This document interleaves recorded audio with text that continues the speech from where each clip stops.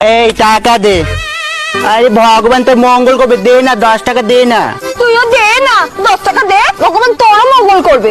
দে দে বলছি 10 টাকা।